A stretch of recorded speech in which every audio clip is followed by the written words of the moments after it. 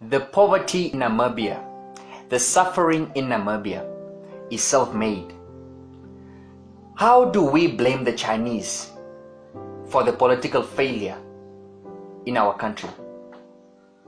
For sure we know generally Chinese are rapists of economies, but is it not our leaders who allow these eyeless Asians to sexually harass our economy?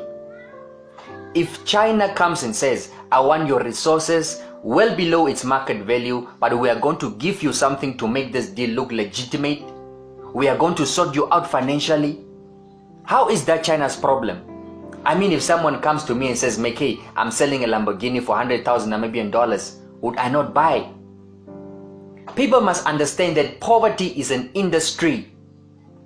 The only way the leadership can oppress you is if they continue to let you suffer. I'm talking about academic poverty, financial poverty, economic poverty, social poverty, health poverty, intellectual poverty. These guys, they don't like smart people. They don't want to be challenged. That's why in Namibia, they do not prioritize education. Don't let the media fool you. They don't prioritize the healthcare. If the education was a priority for the Namibian government, surely their kids and grandkids would be at public schools. If the public healthcare was a priority, our leaders would never travel abroad for a mere and simple medical checkup. The healthcare system in Namibia is so poor that the leadership don't even trust the private hospitals. Who is fooling who? We need to, as Namibians, stop dreaming and emancipate ourselves from political captivity. Yes, SWAPO has won political independence, but they failed to gain economic independence. In fact, they are the very people who captured our economy and sold it to the Chinese. The day SWAPO follow us, the blind follow us, and hand clappers wake up from this hypnosis, the better for us. Because these people, they have been hypnotized. SWAPO is stuck in this political phantasmagoria that we gain independence, therefore Namibia can only be ruled by us, and we own Namibia. We liberated Namibia. Namibia is our property. That's what SWAPO thinks. I hope our monkey leaders have realized during this corona outbreak issue that they have failed this country miserably. I mean, we depend on South Africa for food, we depend on South Africa for clothing, medical supplies, power supply, simply because we never had genuine leaders. At least the majority of them were nonsense leaders, these people. What we had and still have are mafias, organized crime syndicates. We have thieves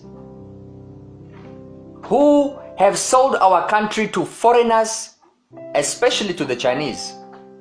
Let me put it this way. Chinese own the majority of our mines. Chinese own all our uranium mines. Russia depends on us to produce uranium so that they can produce nuclear energy. Namibia is ranked number 4 in the world, by the way, in terms of uranium production. And you want to tell us that we can produce our own, or we can't produce our own nuclear energy? Russia is ranked number 6. The US is ranked number 10. South Africa is ranked number 12. And in Namibia, we have no nuclear plant. At least, let me speak under correction. The Chinese are rather exporting our resources, yet the demonic mafia forces we call leaders are quiet about it. When do we as a country start promoting our local productive capacity? Why must we produce uranium and export it to Russia and buy guns from Russia? While we have uranium, we depend on South Africa for power supply. As Namibians, we need to stand up and realize these guys are on their way to their graves, literally. And we will be left to pay their debts, which only benefited their families. I must ask, do we have a brand produced in Namibia in the international market like Adidas. And government, as we know it, has money, enough money to restore Ramatex and revive our textile industry. I mean, if we look at it, how many tailors do we have in Namibia who are jobless or trying to make ends meet?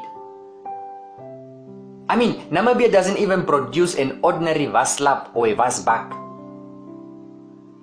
And I must say that people like the Ogahanja plastic converters needs to be empowered to advance their productive capacity to manufacture anything plastic on an industrial scale and not be limited to commercial plastic converting. But the real issue is investors don't have confidence in the Namibian government simply because the government is corrupt. The ministers are corrupt, the SOE boards are corrupt, the CEOs are corrupt. State-owned enterprises eat up the money and cry to government for bailouts. Yet policymakers are quiet on it. Our country's economy has been built on corruption by corrupt people and by a corrupt political party.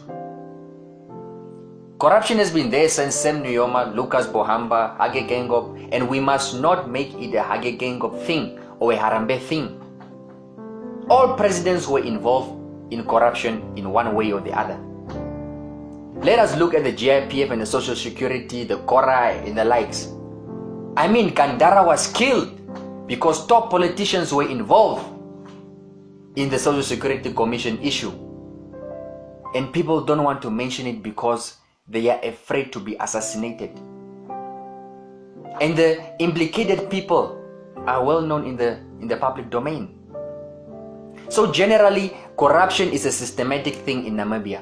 Since independence, corruption was defended by all presidents, not just President Geingob. You can't tell me that as president, you know nothing of what is going on in your finance ministry. How do you tell me there's a major tender in Namibia and you as president have no knowledge about it? It's nonsense. Nonsense. Let's look at a former president who is believed to own shares in major companies in Namibia, in mines in Namibia, who is actually rumored to be owner of mines, not just in Namibia, but Africa. As an ordinary president, we have the right to ask, but how did you acquire those assets? So if we are afraid to tackle real issues out of fear of being assassinated, then surely we have no right to talk about the fight against corruption. Changing individuals will not help Namibia fight against corruption. We need a complete regime change. SWAPO must go. For as long as SWAPO is the ruling party, there will be corruption. And there's nothing we can do about it because the government is SWAPO, SWAPO is the government. For as long as the president appoints the ombudsman, the prosecutor general, what is this? The attorney general, the director general for ACC, the governor and deputy governor of the central bank, the justice minister, the police boss, we are going nowhere with fighting corruption. The judiciary is SWAPO. The legislature is SWAPO. The executive is SWAPO. SWAPO has overstayed. SWAPO has stayed too long. To a point, it has become untouchable. That's why I don't waste my money taking SWAPO politicians to court. They own the judiciary. As an upcoming lawyer, I'm disgusted by the Chief Justice who has allowed corruption into the judiciary, directly or indirectly.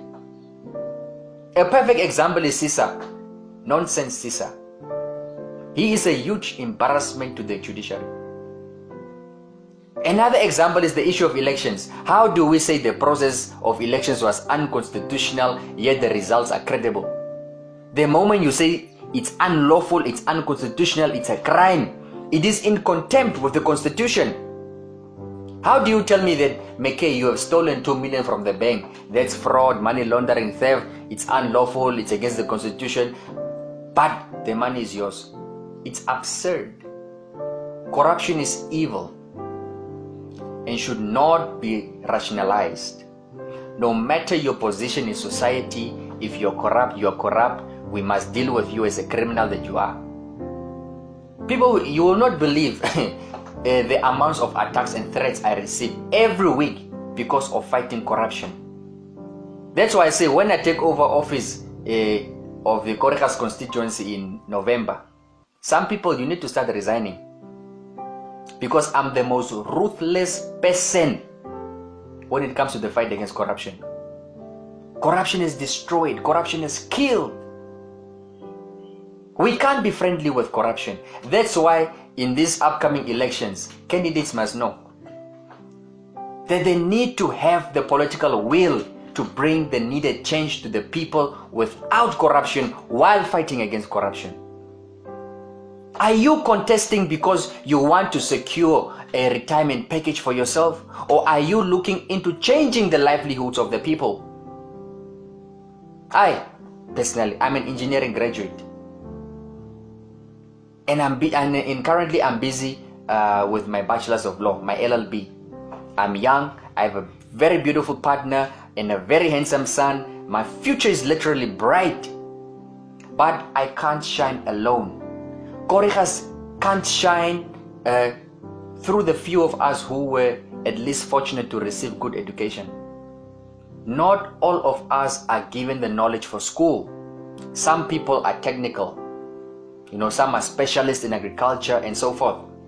So we as upcoming leaders should not play with people's emotions by contesting for political positions, for self-enrichment. We must be genuine in our intentions. If you are contesting and you cannot name and shame corrupt people, even those within your inner circle, I think you're in the wrong arena. Corruption, especially in Korekas, has destroyed lives. It has killed. People are suffering, people are hungry, imagine a breastfeeding mother going to bed hungry. People's relationships have broken because of poverty, and that is because of corrupt decisions, unwise decisions taken by the leadership in Korekas. And this happens nationally. Self-enrichment has destroyed the lives of people. But that nonsense is coming to an end. Now what they must do, that's why SWAPO is fighting so much, trying to defame me and attack my character and whatever, because they know when I take over that office, there's war. Right now there's war already. But when I take over the office, I will have the authority and the influence. And we are going to meet each other where we are going to meet each other. Whether it's in the court, whether it's in the street, wherever. If somebody has to die, somebody must die. If people have to die, people have to die. If you have to go to jail, you go to jail. But we will never allow, or I will in my personal capacity, never allow corruption to rule Korekas. We are going to clean the 30 years of nonsense that they have created. And we are taking Korekas forward. And let me say in the end, to the voters out there, your vote is your choice. You have the right to vote. It's a democratic country. But I will advise you to vote for young leaders. Vote for people, number one, who are not politically affiliated. If they say they're independent candidates, they must be independent candidates. We don't want this issue where you are saying I'm an independent candidate, yet I still remain a member of SWAPO or a member of which political party, whatever. If you are independent, you must stand as independent. Because those are the leaders we want. We want real change. Don't vote for old people, because when you vote for old people, these people are salary collectors. These people are just there to secure their retirement. We as young people are going to be left to deal with the nonsense that these people are creating. We don't want to cry for the next 5 years, but why is this not done? Why is this not done? Simply because we as voters failed to vote for change. We have voted for on the basis of political loyalty. That thing of political loyalty must end. We don't want politics